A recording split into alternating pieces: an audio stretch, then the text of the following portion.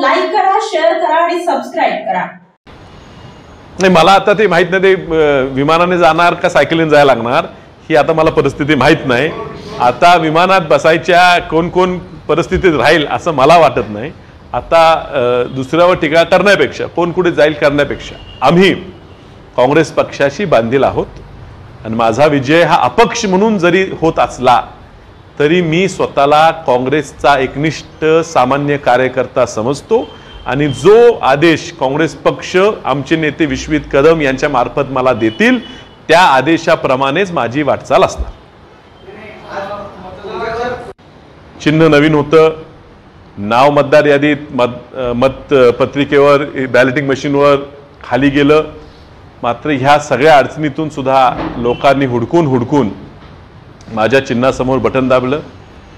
बऱ्याच ठिकाणी बघायला मिळालं वयस्कर लोक मतदानाला जात असताना बूथचे जे प्रतिनिधी होते किंवा शासकीय अधिकारी होते त्यांना सांगताना दिसले की ते लिफाफा बंद पाकिट चिन्ह कुठे मला दाखव, वसंतदादाच्या नातवाचं चिन्ह कुठे दाखव. म्हातारी माणसं सुद्धा म्हणत होती काँग्रेस पक्षाचं चिन्ह बदलले, काँग्रेसचा उमेदवार आज वेगळ्या चिन्हावर आहे, ते चिन्ह कुठलं मला दाखव. खूप प्रतिसाद चांगला मिळाला आणि ह्यामुळे हा विजय हा जनतेचा विजय आहे आणि हा तुम्हाला येणाऱ्या 4 तारखेत दिसेल.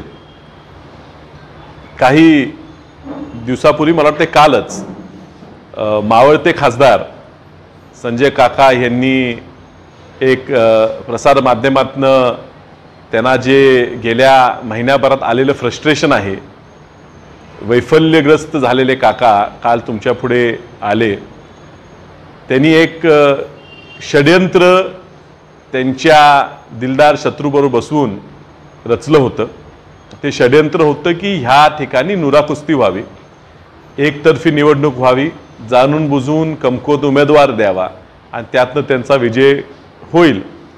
त्यांना आधीमध्ये आत्मविश्वास वाढला, त्यांना वाटलं आता निवडणूक सोपी झाली, आपण 5-7 लाखांनी निवडून येऊ, ह्या वातावरणात ते फिरत होते. आणि मग त्यांना सगळ्यात मोठा धक्का बसला तो जनतेने जो मला प्रतिसाद दिला आणि मला जे उभं केलं तेव्हापासून जे त्यांचा मूड खराब आहे तो अजूनही खराब आहे. आणि 4 तारखेला काय जो राहिला फाजील आत्मविश्वास त्यांच्यात राहिलेला आहे तो पण जाणार आहे. मला त्यांची खरंच मनापासून काळजी वाटते. ज्या पद्धतीनं अजूनही त्यांचा राग अहंकार हा येतोय बाहेर. निवडणूक झाली, आम्ही लढलो, आम्हाला भरपूर लोकांनी साथ दिली, आम्हाला काही नेत्यांनी साथ दिली, काही नेते देऊ शकले नाहीत. पण आमचा स्वभाव आहे की जो दे उसका भी भला, जो ना दे उसका भी भला. जे करू शकले नाहीत त्यांनाही आम्ही सांगतो काय अडचण नाही, मी खासदार होतोय, मी जनतेचा सर्वसामान्यांचा खासदार होतोय, तुम्हाला कुणालाही त्रास देणार नाही. कुठल्याही बदलाची भावना ही आमच्या संस्कारात नाही आहे, खासदारांच्या संस्कारात असेल, माझ्या नाही आहे. मावळते खासदार त्या पद्धतीने बोलले, कुणाला धमक्या दिल्या, मी एवढंच सगळ्यांना आश्वस्त करू शकतो की अशा कुठल्याही धमक्यांना तुम्ही भिवू नका. मी तुमच्या पाठीशी आहे, जनता आपल्या पाठीशी आहे. या ठिकाणी भाजपचा पराभव व्हावा ही त्यांची सगळ्यांची इच्छा आहे, महाविकास आघाडीतल्या सगळ्या नेत्यांची इच्छा आहे. आणि त्यांनी जो काही निर्णय घेतला असेल तो 4 तारखेला निश्चित दिसेल. त्यांनी काय वक्तव्य परवा त्यांच्या एका कार्यक्रमात केलं त्याचा आणि संजय काकांची काही एक संबंध नाही. त्यांनी मतदान कुणाला करावं, कुणाला पाठिंबा द्यावं, त्यांच्या मतदारांनी कुणाला पाठिंबा द्यावा हे संजय काकांची निगडीत प्रश्न नाही. पण काका एवढे वैफल्यग्रस्त झालेले आहेत की त्यांनी आता काँग्रेसच्या नेत्यांवर सुद्धा टीका करू लागलेले आहेत. त्यांना माहिती आहे की त्यांच्या पक्षाचं मतदान त्यांना मिळणार नाही, त्यांना वैयक्तिक संबंधावर मतदान मिळणार नाही. तेव्हा अशी आशा तरी अपेक्षा तरी त्यांनी का ठेवावी की काँग्रेस पक्षाने त्यांना मदत करावी. मी त्यांना सांगतो आणि मी जनतेला सांगतो ही जी आमची दोस्ती आहे, माझा दोस्तच दिलदार आहे, त्यामुळे मला शत्रूकडे बघायला लागत नाही, शत्रूकडनं अपेक्षा ठेवायला लागत नाही. माझे दिलदार मित्र हे माझ्या मदतीला येणार होते आणि आलेले आहेत, हे तुम्हाला 4 तारखेला दिसेल. आमची ही दोस्ती तुटायची नाही हे आम्ही स्पष्ट सांगितलेलं आहे. ही आमची एकीची एक्सप्रेस ही आता मला दिल्लीला घेऊन जाईल. मला हे माझं विमान दिल्लीला लँड आमच्या पायलटनी केलेलंच आहे. आज ह्या सांगली जिल्ह्याची अडचणी सुद्धा हे विश्वित कदमांच्या नेतृत्वाखाली पुढच्या काळात मार्गी लागणार आहेत. आणि कुणाला हे जर खासदार दमदाटी करत असतील, यांची भाषा जी येते अहंकाराची भाषा, या अहंकारातनं त्यांचा पराभव होणार आहे. पण ह्या अहंकाराची भाषा कुणाबद्दल बोलत असतील तर त्यांना मी आश्वस्त करतो, मी तुमच्या पाठीशी आहे, डॉक्टर विश्वजित कदम ठाम नेतृत्व आहे, ते नेतृत्व मी मान्य केलेलं आहे. ते निश्चित ते सुद्धा आपल्या अडचणीला धावून येते. काकांना खूप ज्योतिष शास्त्रावर विश्वास आहे आणि त्यामुळे तो कधी कधी त्यांचा फाजील आत्मविश्वास बाहेर येतो आणि त्यामुळे पत्रिका बघतात, कुणाची तरी काढतात, मग बघतात माझी त्याच्यापेक्षा सरस आहे, मीच निवडून येणार. त्यांच्याकडनं एक राहिलं, त्यांनी सामान्य जनतेची पत्रिका बघायचं त्यांच्याकडनं राहून गेलं. जनतेच्या नशिबात आता बदल आहे. जनतेच्या नशिबातनं हा राक्षसी माणूस खासदार म्हणून नसणार हे त्यांच्या पत्रिकेत आहे आणि म्हणून 4 तारखेला विशाल पाटील निवडून येणार आहे आणि लहानसहान मताधिक्यानं नाही तर 2 लाखाच्याहून अधिक मताधिक्यानं आम्ही येणार आहे. तुम्हाला बघायला मिळेल की ह्या जिल्ह्याच्या प्रत्येक तालुक्यात, प्रत्येक शहरात मी आघाडी घेणार आहे. तासगाव तालुक्यात सुद्धा माझा आत्मविश्वास आहे की 1 मत का असेना मी संजय काकांपेक्षा जास्तच घेणार. माझी बांधिलकी इंडिया अलायन्सची नाही आहे, माझी बांधिलकी माझ्या पक्षाशी आहे. माझा पक्ष जो माझे नेते विश्वजित कदम यांच्या मार्फत जो आदेश देतील त्या पद्धतीनं माझा निर्णय असेल. हे बघा, त्यांच्या भाजपच्या अंतर्गत पक्षात काय होते आणि ते लोक कुठे मतदान करतात ह्याच्याशी माझा विषय नव्हता. मला सामान्य मतदान त्यांच्या पक्षाचे सुद्धा करत होते, कारण त्यांना दिसलं की उमेदवार चांगला. हे शिस्तभंगाची कारवाई किंवा पक्षनिष्ठेची बाता काका करतात हे बघून मला खूप आश्चर्य वाटलं. कारण काका तरी त्यांच्या पक्षाची कधी एकनिष्ठ होते.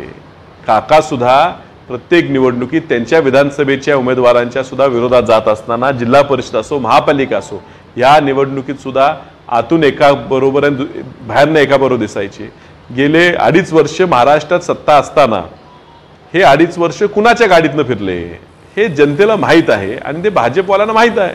आणि हा भाजपच्या कुठल्या ते दबावाखाली त्यांना उमेदवारी दिली गेली. भाजपच्या काही वरिष्ठ नेत्यांना वाटलं असेल की पुढे सगळं मॅनेज करून ह्याला परत निवडून आणू, कुठेतरी पुढची सेटलमेंट असेल, कदाचित कोणतरी ह्या पक्षातनं त्या पक्षात जायचं राहिलेलं तर जाणार असेल, मला माहीत नाही. पण माझ्यावर एकेरी टीका त्यांनी करत असती, त्यांची संस्कृती दाखवते. मी मात्र त्यांना काका सोडून उल्लेख केलेला नाही. माझी संस्कृती मला ते शिकवत नाही. मी आदराने बोलतो आणि मी अजूनही सांगतो, कुणी कसं काम केलं, निवडणूक संपलेली आहे. मी सगळ्यांचा खासदार, प्रत्येकाचा खासदार म्हणून पुढे येणार आहे. पण ज्या लोकांनी धाडसाने मला पाठिंबा दिला त्यांच्यासाठी मी सुद्धा प्रतिष्ठापणाला लावून सगळी ताकद त्यांच्या पाठीशी उभी करून येणाऱ्या निवडणुकीत, ह्या निवडणुकीत जी आमची आघाडी झाली ती अंतर्गत असो, प्रेमाची असो, ही आघाडीच्या सगळ्या लोकांचा येणाऱ्या विधानसभेला विजयी होणारच हे मी तुम्हाला या ठिकाणी सांगतो. और नॉन मारुती सेल्स आणि परचेसची facility Meera housing society, Madhavnagar road, Sangli इथे उपलब्ध आहे. महाराष्ट्रातील सर्वात मोठा प्लॉटिंग प्रोजेक्ट असलेल्या जगवार सिटीमुळे आटपाडीच्या शहरीकरण आणि आधुनिकीकरणाला निश्चितच हातभार लागेल. नाविन्यपूर्ण रचना हे जगवार सिटीचं बलस्थान आहे.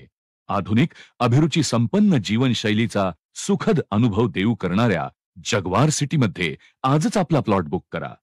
रिअल इस्टेट क्षेत्रात अग्रेसर असलेल्या व्हीएनएस ग्रुपनं जगवार सिटीच्या निर्मितीतून गुणवत्ता आणि ग्राहक हिताप्रती असलेली आपली कटिबद्धता पुन्हा एकदा अधोरेखित केली आहे.